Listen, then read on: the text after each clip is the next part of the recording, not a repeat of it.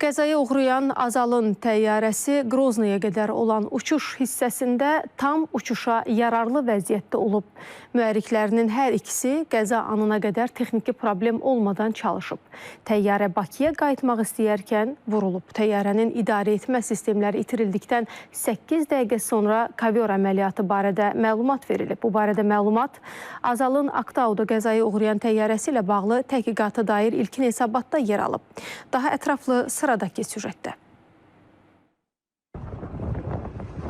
Rəqəmsal İnkişaf və Nəqliyyat Nazirliyi Azala məxsus Embraer 190 tipli sərnişin təyyarəsinin dekabrın 25-də Aktau hava limanı yaxınlığında qəzaya uğraması ilə bağlı məlumat açıqlayıb. İlkin hesabata əsasən təyyarə uçuşa başladıqda və Qroznaya qədər tam uçuşa yararlı vəziyyətdə olub. Eyni zamanda hava gəmisinin mühərriklərinin hər ikisi qəza anınadək hər hansı texniki problem olmadan çalışıb. Təyyarə Azərbaycan vaxtı ilə saat 7:56-da Bakıdan havaya qalxıb. Qrozno hava limanında pis hava şəraitinə görə təyyarə əvvəlcə Mahaçqalaya, sonra isə Aktauya yönləndirilib. Ekipaj 8:35-də qəza siqnalı verib və idarəetmə sistemində nasazlıq olduğunu bildirib. Təyyarə Rusiyanın hava məkanında, o cümlədən Qrozno hava limanı üzərində uçuş əməliyyatları zamanı GPS siqnallarını itirib. İlkin nəticənin açıqlanmasından sonra artıq Rusiya tərəfinin müvafiq addımlarının atılması üçün tamamilə əsas var. Əgər bundan öncə dəqiqatın nəticələrini gözlənməsinə ehtiyac duyurdularsa, artıq belə bir nəticənin gözlənməsə də ehtiyac yoxdur. Əslində ilk gündən ehtiyacı yox idi. Çünki gözlə görüləcək bir şəkildə, hətta mütəxəssis olmayan şəxslərin belə təyyarənin vurulduğu barədə təəssüratların formalaşması üçün foto və video materiallar yetərlidir. Azal təyyarəsi əlverişsiz hava şəraitinə görə Qrozno üzərində ikinci enişi yerinə yetirə bilmədikdən sonra kapitan Bakıya qayıtmaq barədə qərar verib. Bu qərarın qəbul edilməsindən sonra Qrozno üzərində 24 saniyə aralıqla 2 dəfə kənar səsin gəlmə faktı qeydə alınıb. Birinci kənar səsdən 4 saniyə sonra 3-cü hidravlik sistem, 6 saniyə sonra 1-ci hidravlik sistem, 21 saniyə sonra isə 2-ci hidravlik sistem funksionallığını itirməklə sıradan çıxıb. Daha sonra saat 8:49-da pilotlar Aktauda təcili eniş tələb ediblər və təyyarəni birbaşa rejimdə idarə etməyə çalışıblar. Lakin saat 10:28-də təyyarə yerə çırpılıb.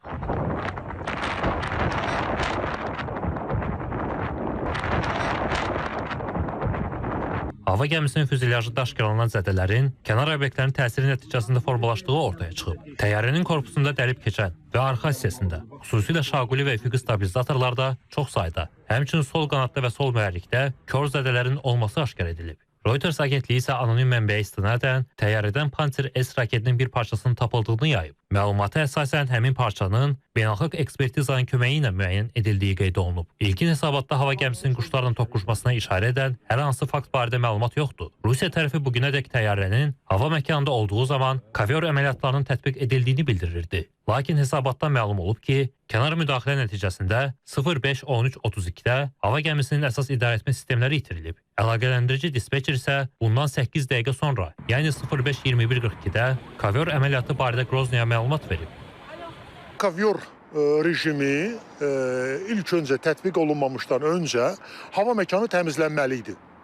Hava məkanı təmizlənməli idi və hərbi hava qüvvələri, Rusiya məxsus hərbi hava qüvvələri deməli, mülki sektora, Qrozni dispetçerinə və ətrafda olan dispetçerlərə məlumat verməlidir ki, həmin dəhliz hava məkanında təmizlənilsin. Çünki kovyor rejimi döyüşdən öncə hazırlanan bir prosesdir.